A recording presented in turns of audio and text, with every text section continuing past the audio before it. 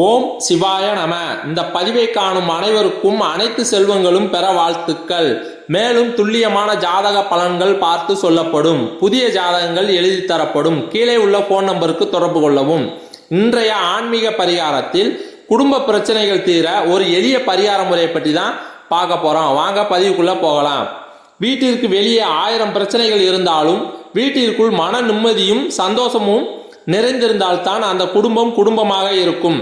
அதை தவிர்த்துவிட்டு குடும்பத்தில் இருக்கும் நபர்கள் எப்போதும் சண்டை சச்சரவுடன் இருந்தால் வீட்டிற்குள் வருவதற்கு பிடிக்காமல் போய்விடும்.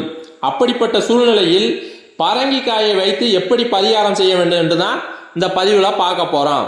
நம் வாழ்க்கையில் ஏற்படக்கூடிய ஒவ்வொரு வகையான பிரச்சனைக்கும் நவகிரகங்களை காரணமாக திகழ்கின்றன. அந்த நவகிரகங்களுக்குரிய பொருட்களை நாம் தானமாக வழங்குவதன் மூலம் அந்த பிரச்சனைகளிலிருந்து நம்மால் எளிதில் வெளியே வர முடியும்.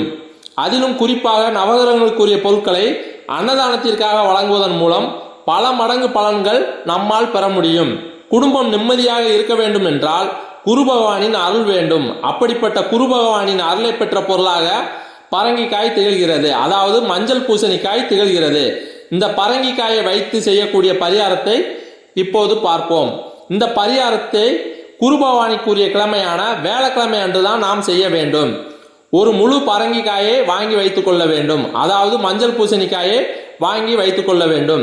அதை நன்றாக தண்ணீர் ஊற்றி சுத்தம் செய்து கொள்ளுங்கள். வேலைக்கிழமை அன்று குரு ஓரையில் அருகில் இருக்கும் சிவ ஆலயத்திற்கு செல்ல வேண்டும். அந்த சிவ ஆலயத்தில் நடக்கக்கூடிய அன்னதானத்திற்கு எடுத்து சென்ற பரங்கிக்காயை தானமாக தர வேண்டும்.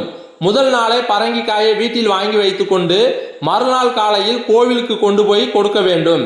அருகில் இருக்கும் சிவ ஆலயத்தில் அன்னதானம் நடைபெறாமல் இருந்தால் அந்த கோவில் அர்ச்சகரிடம் இந்த பரங்கிக்காயை தானமாக தர வேண்டும். இவை இரண்டுமே செய்ய இயலாதவர்கள் வறுமையான சூழ்நிலையில் இருக்கும் அந்தணருக்கு தானமாக தர வேண்டும். இப்படி தொடர்ந்து 7 வாரங்கள் இந்த தானத்தை தர வேண்டும். ஒரே கோவிலுக்குத்தான் தானமாக தர வேண்டும் என்ற எந்த நிர்பந்தமும் இல்லை. தங்களால் இயன்றால் வேறு வேறு கோயில்களுக்கு கூட சென்று தானமாக தரலாம். வேறு நபர்களுக்கும் தானமாக தரலாம். ஆனால் அர்ச்சகர் அல்லது அந்தணர் இவர்கள் இருவருக்கு மட்டும்தான் தானமாக தர வேண்டும். மற்றவர்களுக்கு தானமாக தரக்கூடாது. இவ்வாறு செய்வதன் மூலம் குடும்பத்தில் இருக்கக்கூடிய பிரச்சனைகள் அனைத்தும் தீரும். சண்டை சச்சரவுகள் நீங்கும். விபத்து ஏற்படுவது தவிர்க்கப்படும். ஒற்றுமை குடும்பத்தில் மேம்படும். வாய் தகராறுகள் நம்மை விட்டு நீங்கும். வீட்டிற்குள் ஒரு விதமான நேர்மறை ஆற்றல்கள் உண்டாகி அனைவரும் ஒற்றுமையுடனும் சந்தோஷமாகவும் வாழ முடியும். இந்த பரங்கிக்காயை நாம் தானமாக சிவ ஆலயத்திற்கு தருவதன் மூலம் நம்முடைய குடும்பம் ஒற்றுமையுடனும் நிம்மதியுடனும் வாழும் என்பதை உணர்ந்து அன்னதானத்திற்காக தானம் செய்வதை வழக்கமாக நாம வைத்துக் கொள்ளணும்.